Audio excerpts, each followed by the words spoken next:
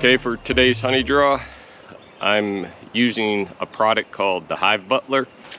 The Hive Butler is a plastic container. It has a lid with holes. It's also got a lid with no holes in it. I've converted this one also into a swarm trap catcher as well. But you can take the lid off. It can hold 10 frames inside.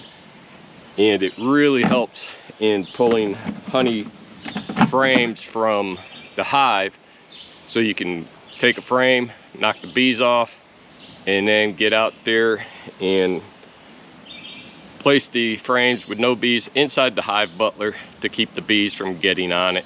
And you can go get them 10, then you can pull the box off or replace it with new frames depending upon what you're doing.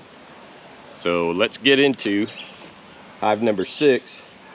Has a deep, a medium, and a shallow honey super on it. So we're gonna pull those first. So when I stand down here behind hive 6, you can see why I gotta work from the front, because the hive is actually as tall as I am. So this hive, you kind of have to work from the front, because there's no way in the world you're gonna pull all them frames from being that high. I have removed all of the entrance reducers due to the weather getting so warm and the bees were bearding up really bad. So I did that so that they could get some ventilation in there.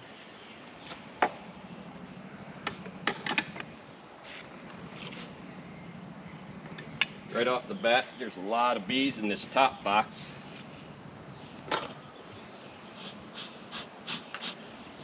I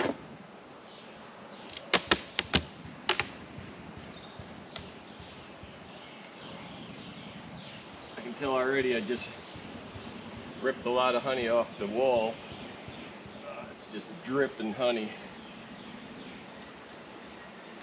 Pull a frame at a time. Some of them are, like this one. This one is completely full. So we brush the bees back into the box.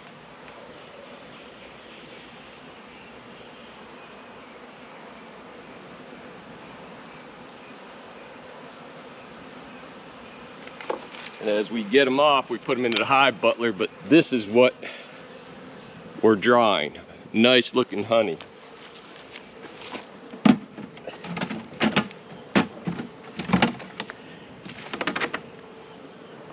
And you place it down inside the Hive Butler. That way no bees can get to it.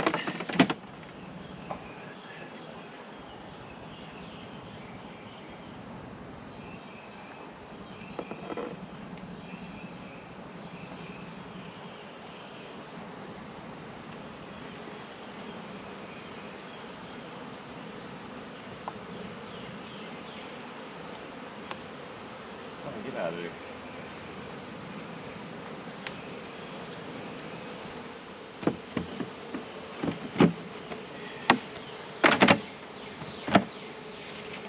And that's what we're going to keep doing until we get through this top box. We're here out in the honey shed. We're getting ready to start drawing honey. This is a medium frame that's capped on both sides. Kind of crushed one side, but we're getting ready to draw the honey out of the frame. So in order to do that, you got the wax cappings on both sides, and you have to cut the cappings off. I use a wax knife. They have heated ones, and they also have other things that you can use. I just use these. And what you're basically doing is you're coming down and you're slowly cutting the wax off and peeling it down into the bottom. When you take your time, it'll just roll over and go. And then you spin the frame and you do it on the other side as well. Now, this is the Hive Butler system here that I'm using. And this has a plastic board in the bottom full of holes where the cappings collect here and the honey that's in the cappings will drain down into the bottom tank. And it's a nice system. I like it. It's a lot easier than some of the other systems I've used. So let's get into this and I'll show you basically how it works. So you take the knife and you just cut down slowly, and you can see the wax is peeling and rolling. As it peels and rolls, it just drops into the bottom.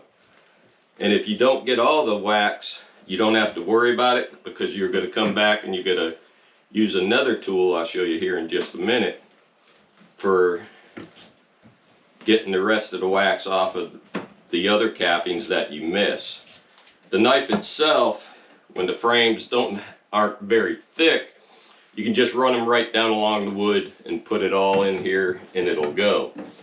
But when they get thick, I just try to peel off the top. You come back with this nice little fork tool and you just rake off and break open the combs that you couldn't reach, and that allows the honey that's inside there to, when you put it in the spinner, to go ahead and get spun.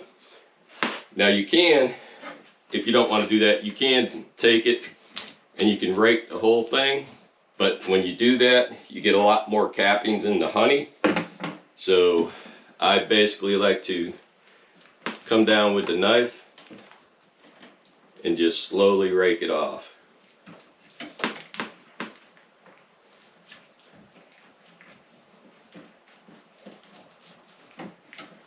Sometimes it works well, sometimes it don't. But the bottom line is, all you're trying to do is get all the cappings off. And again, you want to rake it, open up any that you may have missed, and you can pretty much look at it, and the honey's going to actually start rolling and flowing like crazy. So let me move this camera to a different angle here. And you're taking your frame and you're putting it inside the honey spinner. And when you get 4 frames in there, you can spin it. Now if you're doing shallows, you can fit 8 frames in here, or if you're doing deeps, you can only fit 4. So mediums are 4, deeps are 4, shallows you can do 8 at a time. So we'll get into spinning this here as soon as we get enough frames. You can see we have 4 medium frames. So we're going to put the glass on, the plexiglass, lock it down into place, and then you slowly start spinning it.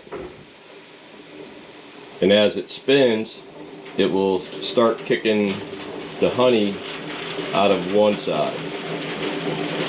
And then as it goes, you do this for about 5 minutes. It'll spin the honey out, and then you stop it, you turn the frames over, and you spin out the other side. And that's all that's to it. And you probably can not see inside there, but let's see. Down inside, the honey is already starting to collect. It hits the walls, it runs down, and collects in the bottom. And then when it's ready, it'll come out that spout into a bucket to be strained. So as the honey starts draining out, this is a 2-filter pan. It's got a set of screens here, and it's got another set of screens underneath it. So the honey will get in here, the wax gets trapped, and then it slowly goes down into the bucket. You slowly filter it, and then as you filter it, you let it sit for a couple of days for the air bubbles that'll be in it to come to the surface. Then you can start filling up your jars of honey. And now you can really see the color of the honey coming out and get into the bucket. And as it strains, it fills up the bucket. And we're at, I don't know if you can see it, 4 gallons it's approaching. So it's a lot of honey, and we got more frames to do.